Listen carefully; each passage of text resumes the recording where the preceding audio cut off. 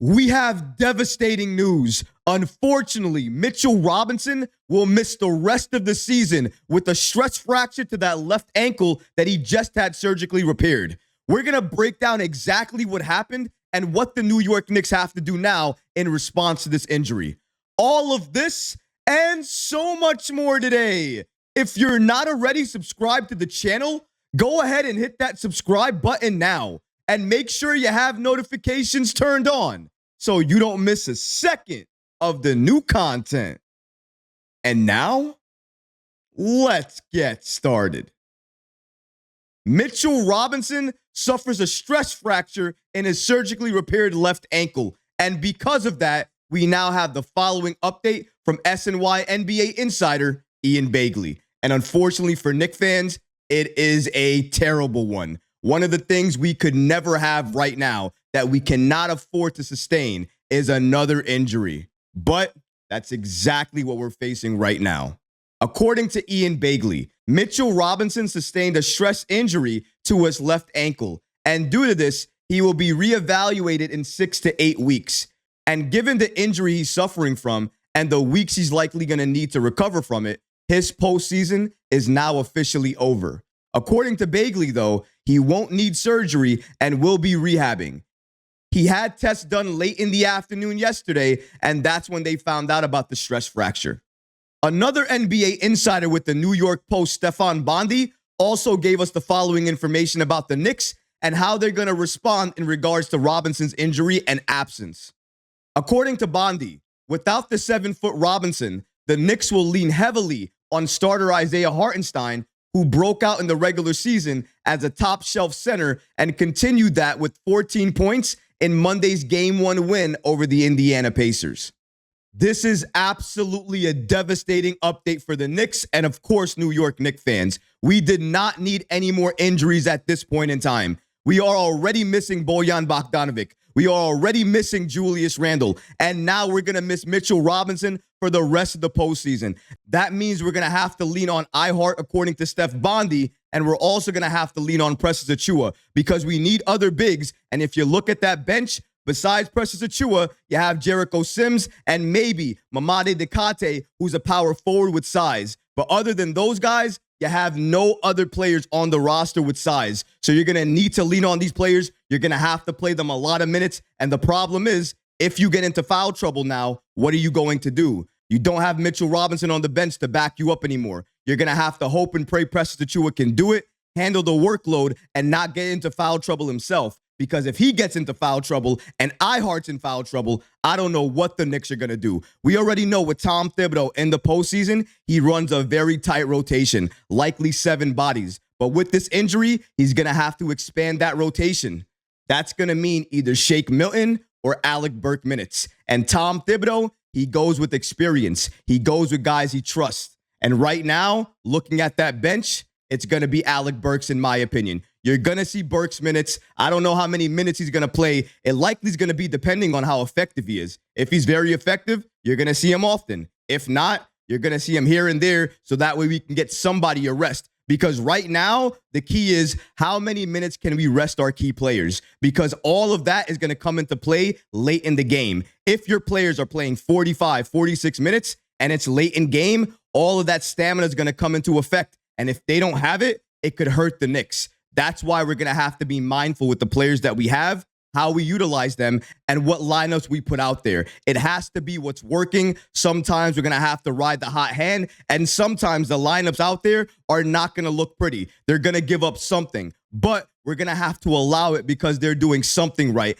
And depending on who's out there, it's going to allow for some of our players to get a rest. Again, with the limited amount of players that we have on our roster right now, you pair that with Tom Thibodeau and his focus on a tight rotation in the postseason, it does not look good for the Knicks regarding the players that they're going to have available and who they're going to be able to put in and sub in. Right now, I'm seeing Alec Burks and I'm seeing Precious Achuwia coming off of that bench. That's how I figure it. Mitchell Robinson going down is a huge blow. A lot of people don't understand it. They don't see it. Some people say, oh, he's coming off the bench. It doesn't matter so much. No, it does. It absolutely does. I think we forget Mitchell Robinson is one of the best offensive rebounders in the game today. He is one of the best in the postseason. If you look up the numbers of active players in the postseason who get offensive rebounds, it's Josh Hart, Mitchell Robinson, and Isaiah Hartenstein. After that, it falls off just a little bit and it goes to other teams. That's how impactful Mitchell Robinson is. Coming off of the bench and still one of the league leaders in the playoffs for offensive rebounds. That's what he gives this Knicks team. He also gives you block shots, and he puts the fear in opposing players to make them alter their shots, change up their play, and that helps the Knicks get another rebound and another second chance opportunity. Without Mitchell Robinson, it puts a huge hole at the center position, especially on the boards, because who's going to help fill that in? Maybe you can say Achuwia, but is he going to be able to do it? During the regular season, he definitely was able to do that. But when the lights are brightest, when the games matter most, during the postseason, will he be able to do it? We really don't know, because under the minutes he did play for Tom Thibodeau, it was very short. He didn't play long minutes. But in the minutes he did play, he was very successful, very impactful, and he did help the Knicks. I still remember the Embiid block. I still remember the Embiid defense. So because of that, I think he's ready, and I think he can play for the moment. But you got to feel for Mitchell Robinson. Always dealing with something. Always has an injury. Each and every year dealing with something. Prayers out to Mitchell Robinson. After he found out about the injury, he took to Twitter and he said the following. According to Robinson, this is so effed up, dog. Like I don't even know what to say right now.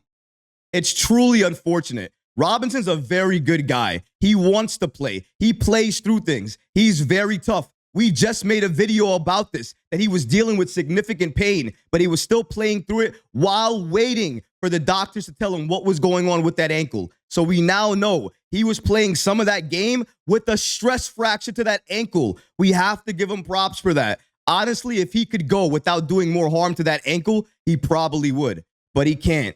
He's going to miss the rest of the postseason. It's unfortunate for him, and it's unfortunate because now a lot of Knicks fans, a lot of the narratives out there, especially when we go into the offseason, is going to be Mitchell Robinson. Is he our center for the future? Is he durable enough? Should he be traded in a package for another player? I guarantee those conversations, if they haven't already started, they are absolutely going to start come this offseason. And it's unfortunate for Robinson because all he wants to do is play and be out there for the Knicks. But injuries, they have plagued him for his entire career, and now they're making him miss some of the best and most impactful games for the Knicks. But next man up mentality, I believe in that. And I think Tom Thibodeau is going to have this team well prepared and well ready to respond without Mitch. But it just poses another obstacle, another issue that we have to deal with. Something we shouldn't have to deal with. Why? Why, out of all seasons, we have to pick this season to be one of the most injured teams on the entire NBA roster, especially going into the postseason? We have Julius Randle missing. We have Mitchell Robinson now missing. We have Bojan now missing. And Mitch and Bojan both got injured in the postseason again. We just can't catch a break. Each and every time I look at the injury report, there is somebody new on it for the Knicks, and I just don't understand why. And I understand it's the postseason. They're going to play through injury. They're going to play through discomfort, and I appreciate that. I appreciate Mitchell Robinson. But after reading this update, I got to say, it really hurts. It really hurts to see another Knicks player go down with an injury. How many more players are we going to have go out with injury? How much do we have to deal with? We are already dealing with so much, playing with so many obstacles. Poor Jalen Brunson playing basically a 1-on-5 some nights. And then if the role players have it going, he gets some help. But on the nights that they're off or they're not doing anything, he has even more pressure on him to score. It's just an unfortunate situation for this Knicks team to be in, but I believe in them. I still think they can go far. Here's this thing. I still think they can get to the NBA Finals with the roster that they have. Now, obviously, a lot is going to have to go right.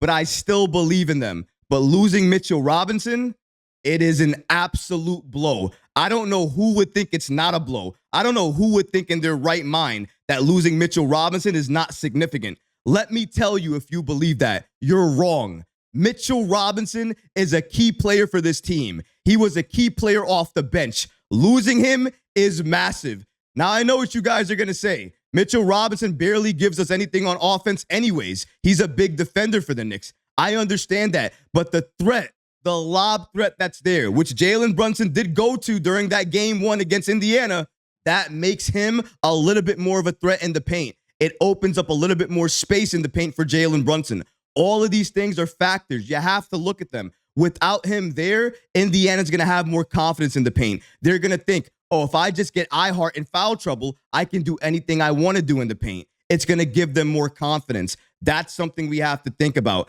I do not like this injury. I hate the fact that the Knicks are dealing with so many things right now, but I know they are going to respond. They're going to take it to Indiana once again, and they are going to take game 2 and go on the road to Indy up 2-0. I get it. I understand. It's easy to be upset. It's easy to be sad. It's easy to be angry right now. But you know what? We have to believe. We have to have faith. We have to know that this Knicks team is going to do everything in their power, give us everything that they have when they're on the floor to make sure we come out victorious tonight. Believe in this team. I believe. If you believe, leave a comment below and let me know that as well. But that's going to do it for this episode. I hope you enjoyed it. And if you did, go ahead and smash that like button, leave a comment below. And of course, guys, please subscribe to the channel. Until next time, Knicks fans. Peace.